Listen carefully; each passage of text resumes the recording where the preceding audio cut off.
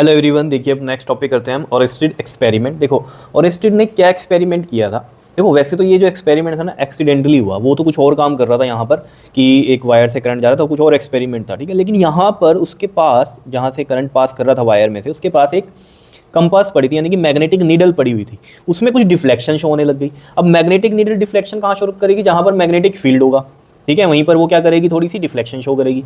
तो उसको लगा कि भाई ये तो शायद गलती से हो गया, ठीक है। उसने फिर दोबारा से ऑन ऑफ स्विच किया तो उसने देखा हाँ ये तो इसी की वजह से डिफ्लेक्शन हो रही है कि जब करंट पास हो रहा है तब ये डिफ्लेक्शन शो कर रहा है, जब करंट पास नहीं कर रहे तो डिफ्लेक्शन शो नहीं कर रहा। तो यहाँ से क्या कंक्लूड हुआ कि कोई भी करंट कैरिंग कंडक्टर है उसके अराउंड क्या प्रोड्यूस होता है, मैग्नेटिक फील्ड आ जाता है।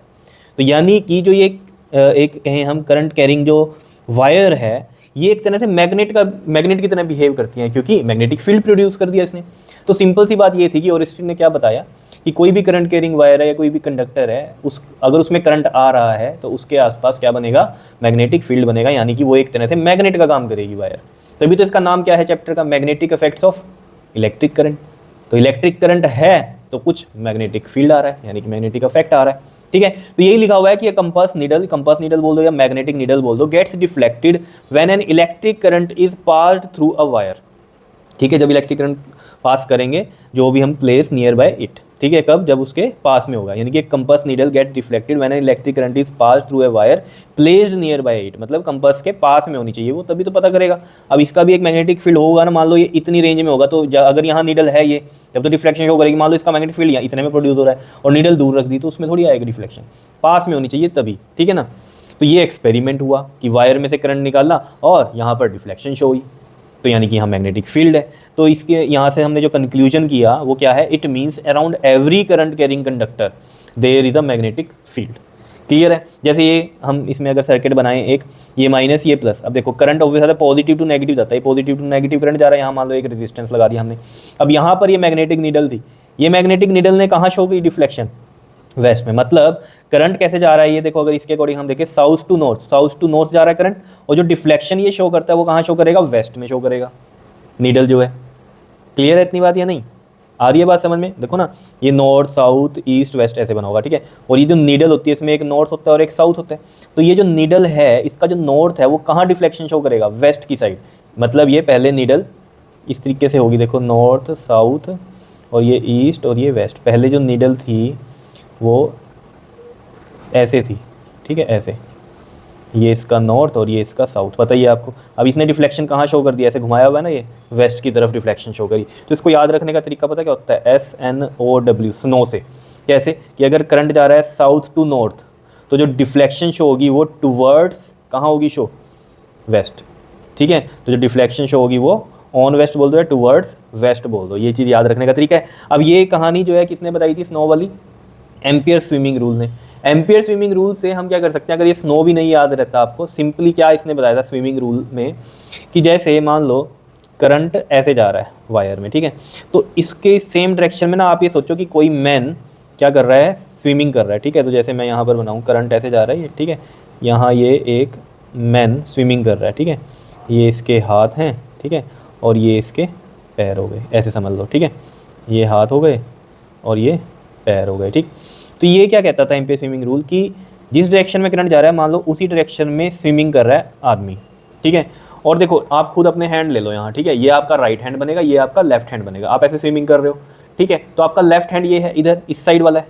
तो जो डिफ्लेक्शन होगी ना नीडल की, अब मान लो आप ऐसे स्विमिंग कर रहे हो, आप ही के बिल्कुल नीचे ना, मान लो ऐसे समझो जैसे ये करंट जा रहा है और यहीं पर आपने मान लिया स्विमिंग कर रहे हैं, और आपके बिल्कुल नीचे ना यहाँ पर नीडल है एक, ठीक है, मैग्नेटिक नीडल। तो फेसिंग टुवर्ड्स नीडल, आपका फेस नीडल की तरफ है, तो आप नीडल को आप देखोगे कैसे कि आपके लेफ्ट हैंड की तरफ वो डिफ्लेक्ट कर गई। लेफ्ट हैंड ये है ना, ठीक है, तो लेफ्ट हैंड ऐसे, मतलब ये नीडल ऐसे डिफ्लेक्शन शो करेगी लेफ्ट की साइड, ठीक है। तो ये तरीका है इसकी डायरेक्शन देखने का, ठीक है, कि किस साइड डिफ्लेक्शन शो होगी। तो यही लिखा हुआ है एम्पियर स्विमिंग रूल में क्या, कि if we imagine a man swimming with his head in the direction of current in the wire and facing toward the needle. अब ये फेसिंग टूवर्ड द नीडल वही है कहानी कि यहाँ मान लो ये आदमी स्विमिंग कर रहा है और यहाँ नीचे नीडल रखी हुई है, तो उसका फेस नीडल की तरफ है, ऐसे समझना है इसको। समझ रहे हो। तो जो नीडल है वो डिफ्लेक्शन कहाँ शो करेगी, अब उसके लेफ्ट हैंड की साइड शो करेगी। क्लियर है।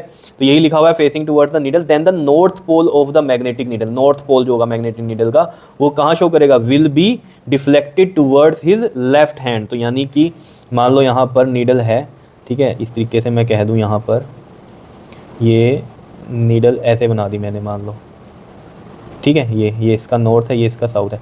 तो ये नीडल कहाँ शो हो जाएगी, ये इसका नॉर्थ पोल इसके लेफ्ट हैंड की तरफ क्या हो जाएगा, ऐसे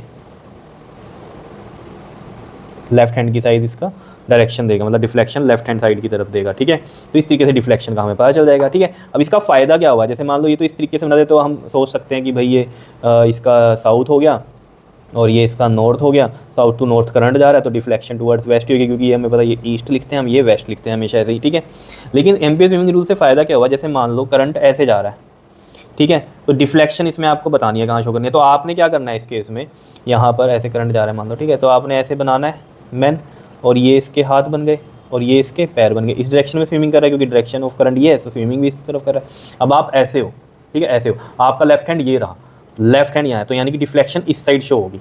ठीक है ना, नीडल की तरफ आपने फेस किया हुआ है। ठीक है, मान लो ये नीडल जो है मैं यहाँ पर ही लगा दूँ आपको सिर्फ समझाने के लिए, ऐसे, ठीक है, तो ये इसका नॉर्थ है ना, ठीक है, तो ये कहाँ डिफ्लेक्शन शो करेगा, इस साइड, तो ये नीडल ऐसे हो जाएगी, देखो ऐसे हो जाएगी, समझ रहे हो, ऐसे घूम गई, डिफ्लेक्शन इधर शो कर दी उसके नॉर्थ ने। क्लियर है, तो ये लिख रखा है deflected towards his left hand, this is known as Ampere swimming rule. इसको याद रखने का तरीका वही है स्नो वाला, जैसे कि मैंने ऊपर यहाँ बता ही दिया था आपको पहले ही, साउथ टू नॉर्थ करंट जा रहा है तो डिफ्लेक्शन कहाँ शो होगी, वेस्ट की तरफ। इसका उल्टा भी सही है कि अगर डायरेक्शन ऑफ करंट ऐसे हो जाए, साउथ टू नॉर्थ हो जाए, south to north, south to north तो है ही है, नॉर्थ टू साउथ हो जाए मान लो, ठीक है, जैसे यहाँ पर बनाया ना हमने, ये ऐसे जा रहा है करंट, अगर डायरेक्शन ऐसे हो जाए, ठीक है, करंट की, तो ये ऑब्वियस ही बात है अब इसकी डिफ्लेक्शन कहाँ होगी, ईस्ट की तरफ हो जाएगी। बात समझ रहे हो, अगर यहाँ पर तो था ये नॉर्थ और ये साउथ, साउथ टू नॉर्थ जा रहा है तो डिफ्लेक्शन टुवर्ड्स वेस्ट, लेकिन अगर नॉर्थ से साउथ की तरफ आए, ये तो साउथ टू नॉर्थ था तो टुवर्ड्स वेस्ट, लेकिन अगर नॉर्थ टू साउथ आए तो फिर ईस्ट में डिफ्लेक्शन शो होगी, ये है। इसका रिवर्स भी होगा, डायरेक्शन अगर चेंज हो जाएगी तो डिफ्लेक्शन भी चेंज होगी।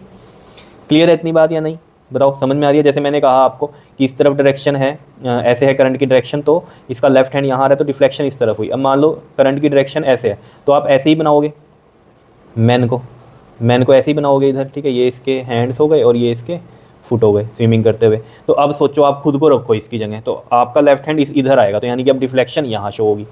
क्लियर है ना, पहले ऐसे थी डायरेक्शन ऑफ करंट तो डिफ्लेक्शन इधर शो हो रही थी, अब डायरेक्शन ऑफ करंट इधर है तो डिफ्लेक्शन इधर शो हो रही है। तो मतलब क्या है कि अगर करंट की डायरेक्शन चेंज होगी तो डिफ्लेक्शन भी चेंज हो जाएगी। ठीक है, क्लियर है, यानी कि इसका मतलब क्या है, मैग्नेटिक फील्ड की डायरेक्शन भी चेंज होती है, फिर इसका मतलब ये है। ठीक है, तो ये चीज़ याद रहेगी। This rule can also be remembered by word snow. ठीक है, इसका मतलब यही है कि it means that if the current flowing from south to north then the north pole of the needle, then क्या होगा, north pole of the needle deflected towards west, south to north, और ये ओ का मतलब यहाँ क्या है, डिफ्लेक्टेड टूवर्ड्स कहाँ है, वेस्ट में, ऐसे समझ सकते हो। क्लियर है, तो ये था Oersted experiment, ampere swimming rule. तो यहाँ से सिर्फ हमें यही पता चला क्या, कि कोई भी करंट कैरिंग वायर है या कंडक्टर है कोई भी, तो वो क्या प्रोड्यूस करता है, मैग्नेटिक फील्ड प्रोड्यूस करता है, क्योंकि हमारी मैग्नेटिक नीडल वहाँ पर डिफ्लेक्ट हो रही है। तो वो कब होती है डिफ्लेक्ट, जब मैग्नेटिक फील्ड होगा। क्लियर है, बताओ आई बात समझ में। ठीक है, अब इससे नेक्स्ट वीडियो में हम बात करेंगे मैग्नेटिज्म ऑफ अर्थ के ऊपर। क्लियर, ओके जी, थैंक यू।